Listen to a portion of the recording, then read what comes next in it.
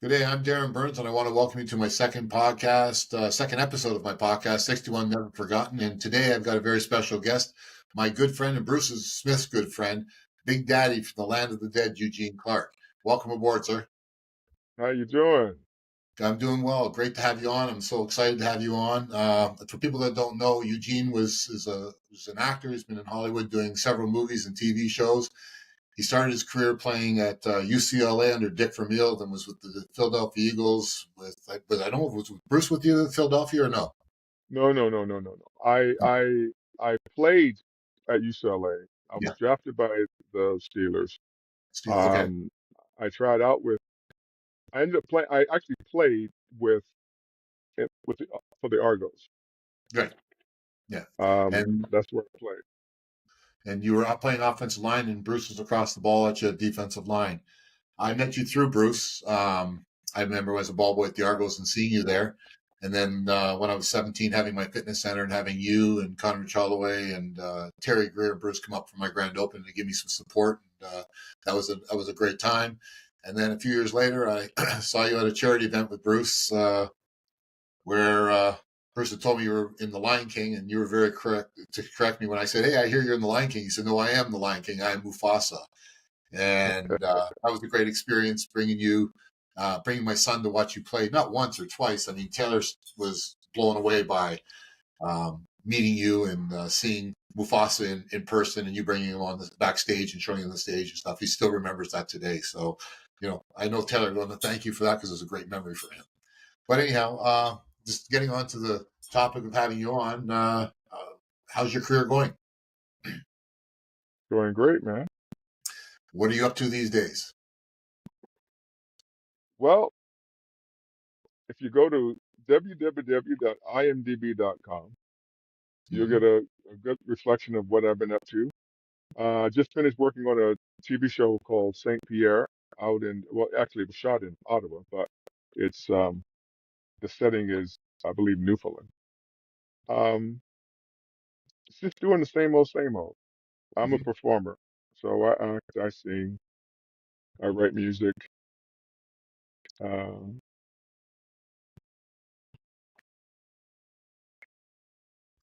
Well, I just your sorry, I was just watching somebody walking around. Go ahead.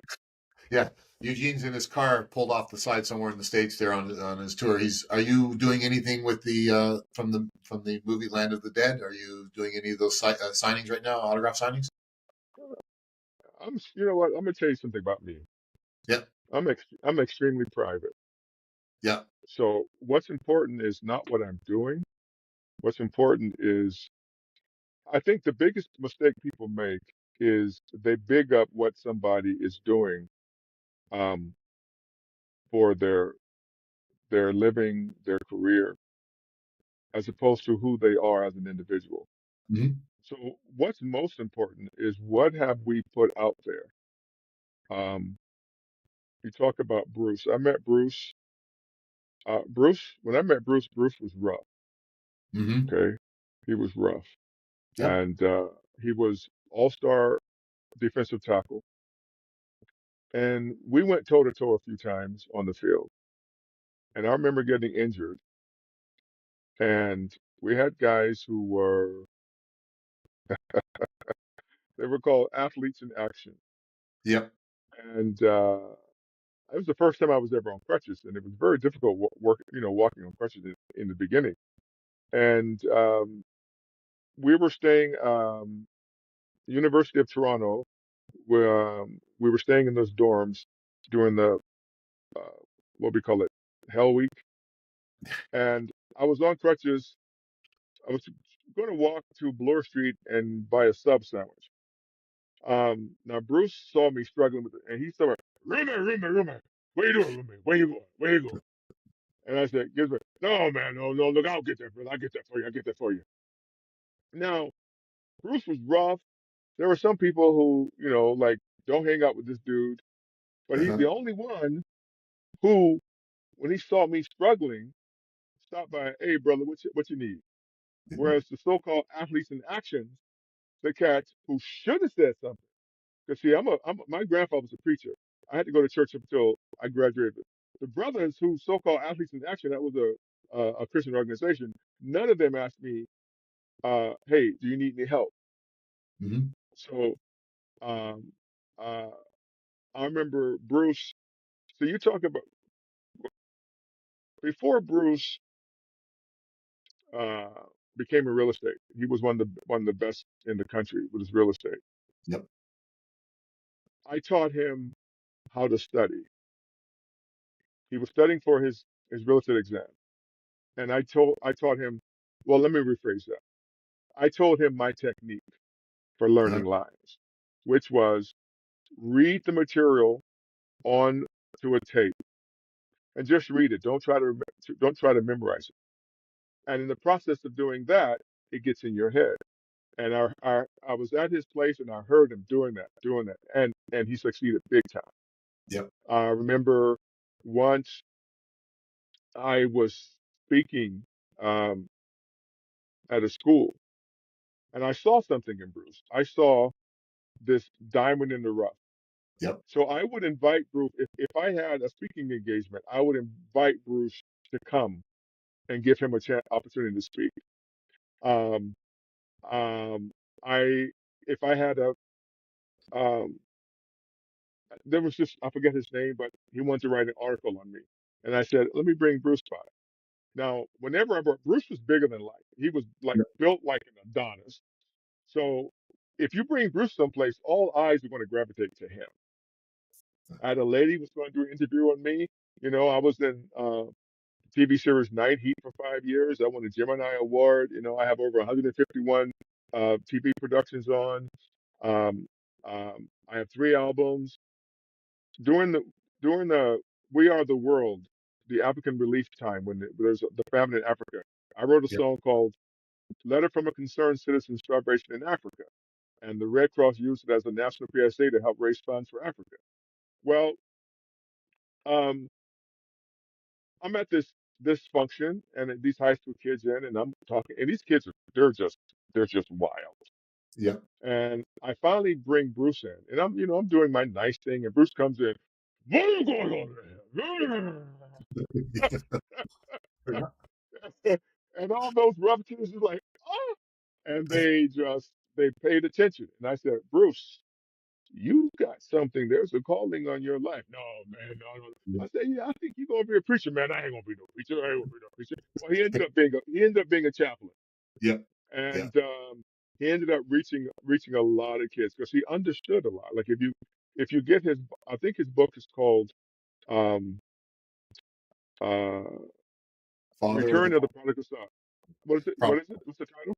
Father of the Fatherless, the Return of the Prodigal Son. Right, right. Which Um, we'll do a copy of that at the end of the show. So if anyone wants to go buy it, it's a great book. It's a great story on Bruce.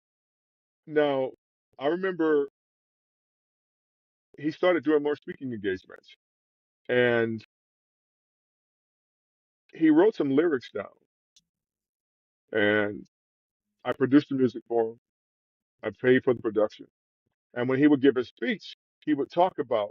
In fact, what I was hoping, I was trying to get this session in Thunderdome Studios Yep. because I was going to, but Eddie Bullen and his son, they're playing at uh, a charity event tonight, so that as we spoke about these things, he could play some of that. Um, I think one of the poems was "The Choice Is Yours," Yep.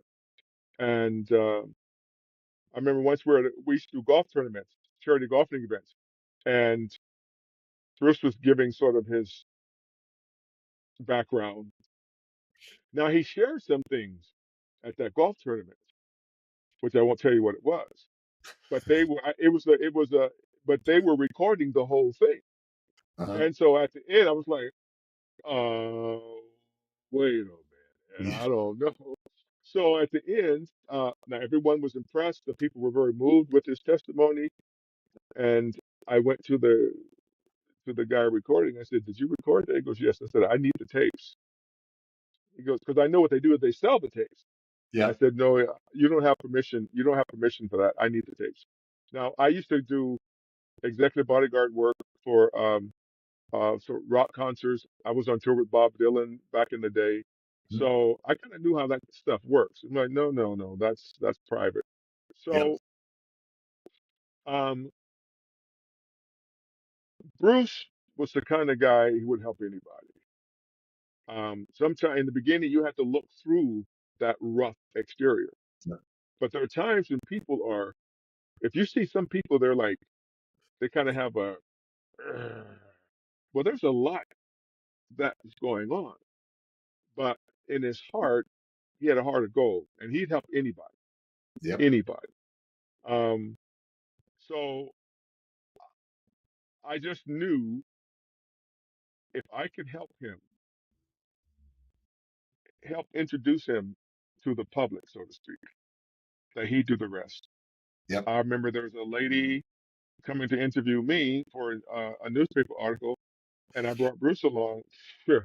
As soon as she saw Bruce, she did a little bit on me, but it was like, whoa, because he had um, that magnetic effect on a lot of women, Yep. and we we we should get advertising for a youth magazine, and what we would do is we would just was it McDonald's? I think it was the president of McDonald's.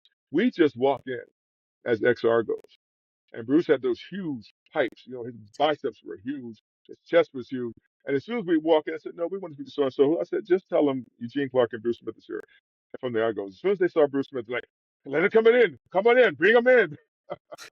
So he, when he passed away, when he was in the hospital, there was a line going all the way down the hall. Yep. Um, uh, but Bruce didn't like complaining, and I remember a lot of people, they were crying, and I knew Bruce didn't like that. Now he was in a coma, and he was off ventilation. He was in a coma, and I told him, I said, he's not going to like this. But there was Yep. this gospel group. He loved their music, so I brought my ghetto blaster there, which was a, you know, old Yep. school portable stereo unit. You're aging And I, yourself, Eugene. hey brother, you know what? I'm 38 forever. and and and and and and as a personal trainer, I used to train young folks. And that Yeah. was my 50s and 60s. I used to train Well, you cats, and helped they me. were You helped me at 60 in my late 50s and 60s to make this damn comeback that I did. And again, I want to thank you because your knowledge was incredible to help me there. But anyhow, continue. so age doesn't matter if you take care of yourself. Uh, Yep.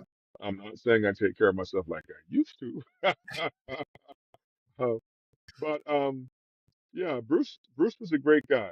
Um, I It was important for me to open some doors for him Yep. because I knew once he learned the ropes a little bit, he'd just take off. And he did. He did. Uh, he wrote lyrics to some really good songs. There were more songs that he could rap to, talk to as he gave his speeches. Um, um, but from there, he became what was it, chaplain for the businessmen Yep. in Toronto. Yep. Um, King Bay Kids. so yeah, King Bay Kids. Yeah, but he could speak to young people. He could speak to young people who were sort of on the street. Yep. They could pick up that he cared for them, but they could also pick up that he was not going to take any mess. Yep. You know. Well, that was with Bruce. Like when I was 14, when I first met him, I was hitchhiking, and he stopped in his car after the football camp, and he just spent all day with 300 kids, and I was hitchhiking with a garbage bag over my shoulder, going back to my group home, and he pulled over and said, "What the hell are you doing hitchhiking?" And he went out of his way. Like he was in downtown Toronto, and I was in downtown Mississauga, and he drove me there, and then he went back, and the next day he showed up to take me to a gym to lift weights. So from my standpoint, I mean, he was, like I couldn't believe that the captain of the Argos was, and this is Bruce Smith doing that for me. And then, my fun story was when you were with playing the Argos. There was an article in the Toronto Sun that called Bruce Mr. Muscle, and it was just a big tag, Mr. Muscle. It was a big picture of Bruce with no shirt on and his football pants, and like again the chest and the guns and all that stuff. And let's face it, Bruce back in those days was the ladies' man, right? So he had a lot of women chasing him and a lot of things. Anyway, I was in my group home, and I looked underneath the kitchen, and there was this oven cleaner, and it was Mr. Muscle, your overnight oven cleaner. So I took the label, tore it off. And you got to remember, I'm 14, and he got me to be a ball boy for the Argos, so I had access to the locker room. So I went before anyone was there, and I tacked it on his above his name on the stall. He comes in there and he's like, "Who the hell did this?" Blah blah blah. And he scared the living shit out of me. I was sitting there going, "Oh my god, I just pissed Bruce off, and he's going to kill me if he finds out me." So I zipped my mouth. I didn't tell him. It took me 10 years before I came clean on it. And Bruce, when I told him that, he said, "That was you." He started laughing. He says, "That was the funniest thing I've ever seen." Well, I said, "Bruce, when I saw you, you scared the shit out of me. I had no idea. I thought if I mentioned it, I would have been decapitated, right?" But that was Right. Bruce was just a funny. He had such a funny personality, but he was also like loud, boisterous, and extremely intimidating. I'll never forget that. And like you say, he walks into a room. Remember the Underground Railroad downtown Toronto, that slow Oh yeah. restaurant? Oh yeah. Yeah. Man, he used to bring me in there, and there was a time when we were sitting down there, and Sugar Ray Leonard was in town, and Bruce came down the stairs with me, and he was wearing that full length fur coat on. And he looked like a big bear. And he, so we go. Bruce went same set. Yeah, so Bruce goes over. We sit down at the table, and across the area there was like 5 or 6 women standing around this person. This dark, and remember it's a dark area when you're eating down there. The women left that table and they came over to Bruce. So this guy was sitting at the table like, who the hell's this guy? So he got up to come over to the table and to introduce himself. And he came over and introduced himself. He says, "Hi, I'm Bruce." Goes, "I know who you are." And he says, "Sugar, this is my town." I'll never forget that. The look on Sugar Ray Leonard's face, and here's Bruce telling him, "This is my town." He's telling Sugar Ray Leonard this in Right. this restaurant. Right. I was just like, like I'm 15 at the time, and I'm like, wow. I mean, he introduced me through. You remember Margaret Hutchinson? Oh yeah. Yeah, I mean, I went to her house one time, and Bruce brought me in there, and she was friends with Telly Savalas, and Telly Savalas was there. So when I'm 15 and I'm leaving this place and going back to my group home, I mean, he changed my life so much by giving me a taste of what life can be about, and you having an impact on him as well, and seeing this. I mean, he was just a monster. Like I've never seen a guy that like Toronto was a city. I mean, it was incredible, and the stories and stuff like that. But the biggest thing that I take from Bruce is that his mentorship and stuff like that, and what he did for me in my life. And what do you feel about Bruce's? What do you feel about mentorship for Well, kids? That's well, that's something that I was raised with coming up. mm-hmm, Um, from my grandfather to my mom, my grandfather, my grandmom, my dad, well, my stepfather, and my mom. Um, it was crucial where I came from that mm-hmm, you mentor other people, yep, or that you put things in place. If you're unable to do it, that you put things in place so others can. So that's crucial. mm-hmm. Um, and Bruce was instrumental in doing that for a lot of people. Um, What do you say to people that um, for athletes out there that watch this show or people that are retired? Because I always say to people, whether you're a pro or a college star or even a high school player in your small community, you're a star and you still got some value. Because my show is about trying to make culture change and things like that, because we look at kids that have been abused and bullied and what have you. And, we take a look at stats, and stats say it all. I mean, 80% of kids that have been, like, you take a look at homelessness, drug addiction, suicide, people in jail, these people have been bullied. They never had anything. And I was one of those kids growing up. But if it wasn't for Bruce, like, I would have been dead or in jail. I mean, the impact, that mentorship, Bruce stopping off and picking up this kid, and giving me some, unconditional love and respect, which today we don't see that from athletes a lot of the time, and I think we're well, here, losing it. here's And here, the here, sport. here, here's the thing. If we if we only focus on the athlete or the celebrity, I think we're missing the point. There are a lot of unsung heroes that volunteer every day. They Mhm. volunteer their time, they give up of their money. So there is there is a type of person that gives, that volunteers. So you've heard the phrase each one teach one. Well, there takes a certain type of individual who will pour out either their funds or their time. Um, I think I agree with you. Yes, athletes, no matter what level, can help. Sometimes, sometimes the mentorship is just being there. I remember Mhm. in junior high school, we in California, we had something called co-rec and high-rec. And at the end of the school, there were activities that we had for young people. And at UCLA, we had a program called Upward Bound. And they take some of the rough kids from the area. They come up to UCLA. They stay there for the summer. And some of them, in fact, some of the toughest cats ended up graduating and going to UCLA. So making yourself available. There are sometimes kids, it's important for kids to find out what programs are available for kids because there are a lot of programs out there where they bring people in. But going along with your story though, I believe we need scrutiny to make sure that when kids are in certain programs, that they are protected, that Mhm. that that the program does what it says it's supposed to do. Because yeah, kids look up to athletes big time. Mhm. Um, Soccer players, football players, baseball players, basketball players, and sometimes all it takes is even in an article from someone. It just takes hearing some advice from an athlete, male or female, that you respect, that you see on TV, and they give you some words of wisdom. Um, but what organizations out there are available to really help out?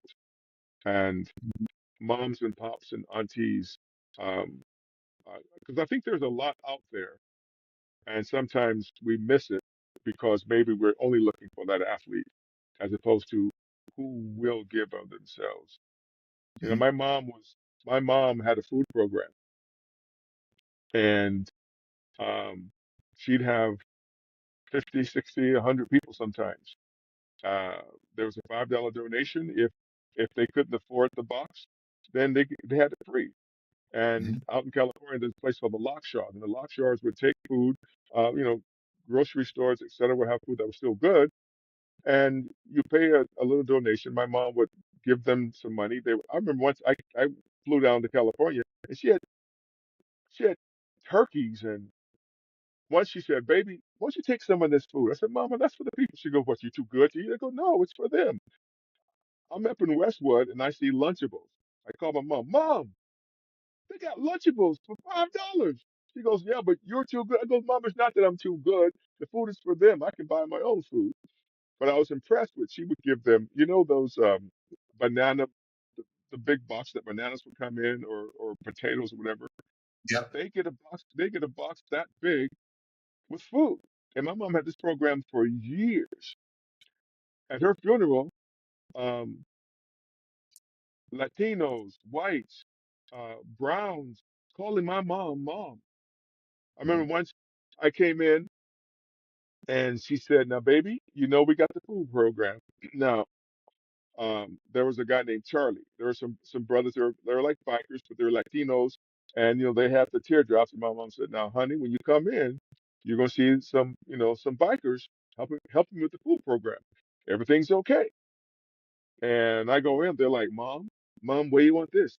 What? And these are big tattooed tough guys from prison, right? But they Yep. turned their life around. Like Bruce turned his life around, and they were Yep. helping. They were helping the community. So we need more than just the athlete. Yes, if you got an athlete with a big reach, yes, but we need everyone who can. And there are people out there, man. There's some people who, yeah, okay, they made some mistakes, their life and stuff, but they got their life around. And they're cats, man, they don't want you to, like Bruce didn't want you to fall down the wrong path. You know what I mean? Mhm. Yep. He saw something in you, and he goes, "You know what? Let me, let me help this young man right now," Yep. because he himself had a troubled life. That's why, Yep. if people were to read your book, and what's your title of your book? 61, Never Forgotten. 51 Never Forgotten. They read your book, they read Bruce's book, they might see some parallels in certain areas. Yeah. So mentorship is very important. Being able to listen is very important. Being able to sometimes just say hello or to smile at somebody is very important. Anyway, Yeah. No, I, and that's the one thing. and that's in a lot of my music. So Yeah. if you go to Spotify, iTunes, you look up Eugene Clark's Love Letters, Eugene Clark's How Great Thou Art, Eugene Clark's Y Jam. I put some of that in my music in terms of uh, what you're talking about. Right. No, there's not a day that it goes by that I don't miss the old bugger. He was a person that would always be there for me, no matter what. He's was a powerful guy. You try to live up to fill his shoes, and I can't. I mean, doing his eulogy at his funeral for 17 minutes, and getting some ovations and stuff like that, and you know, saying goodbye that way. It was probably one of the hardest things I ever had to do. When Bruce called me up, I was one of the last people that he called to tell me that he said, because I hadn't heard from him for a couple of weeks. And usually we talk at least once a week, and later in life and talk about things. And he was just down at my house about 3 months prior to. And he goes, I got good news and bad news. And he was like, he says, well, the good news is I had a heart attack. And I'm sitting there going, okay, well, that's why you didn't talk to me for a while. He goes, the bad news is I got pancreatic cancer. I got 90 days. And I was like, I was on a Wow. plane the next day, flew down and spent 3 days with him. And he talked to me and he gave me his expectations of what he wanted from me and, what he wanted me to say at his funeral and to do that. And then I remember, I had to help him up off the couch and brought him to his bed because he was kind of weak. Because he destroyed the condo. Like after he passed, I had to go fix things for Shirley in the apartment, hand railings and everything like that because he was a big dude and he was snapping everything. But I Right. remember I said, you're my Superman, and I can't see you wither away, to that. So we're going to talk on the phone. I gave him a hug and a kiss and said my goodbye, and that's kind of how we parted and stuff like that. And then he was gone 17 days later, and then when we were doing the funeral, like he didn't wither away, he was still big, and Bruce was always talking about being on his diet and stuff like that. We were carrying the coffin to the grave, and I made a joke because we were all laboring carrying this coffin because it was pretty heavy Right. Right. box. Right. I Right. looked down at the box. I said, good effing diet. Well, we all broke out laughing. We almost dropped the guy from the funeral home, grabbed the head of the coffin, hold it up because we almost dropped it. We were all laughing, but we were laboring on that. But Right. yeah, there was, Right.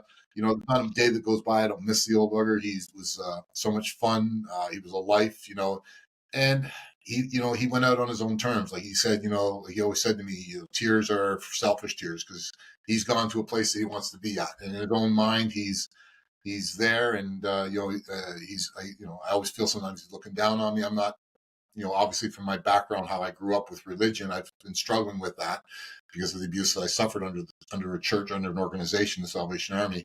It's made it very difficult for me to accept certain things, but he was an incredible human being and stuff like that. But yeah, we're going to wrap up the show for today. I want to thank you so much, Eugene, for being on there and being my brother. I would like to ask you to come on again and maybe host a show with me, and we can talk some more on some things because I think we have a lot more to say about Bruce and to try to make some impact in lives, because this whole podcast is about making changes and honoring Bruce's legacy. And that's why this podcast isn't the Darin Burns show. It's the 61 Never Forgotten podcast. And I think I've lost Eugene there. But anyhow, Well, this is hold on. Darin Hold Burns. on. I hear you. Keep talking. So this is Darin Burns, and I want to thank my guest Eugene Clark, aka Big Daddy from the Land of the Dead. If you're into the zombie movies and that, well, he's the big zombie on the screen. And again, like I have a saying is, don't let society tell you who you're going to end up being. You tell society who the heck you want to be. And I'm Darin Burns, and again, I want to thank Eugene Clark for being on my show, and I hope to have you on many more episodes. Thanks, brother, for being here. Thank you. Have a good one. Bye Okay.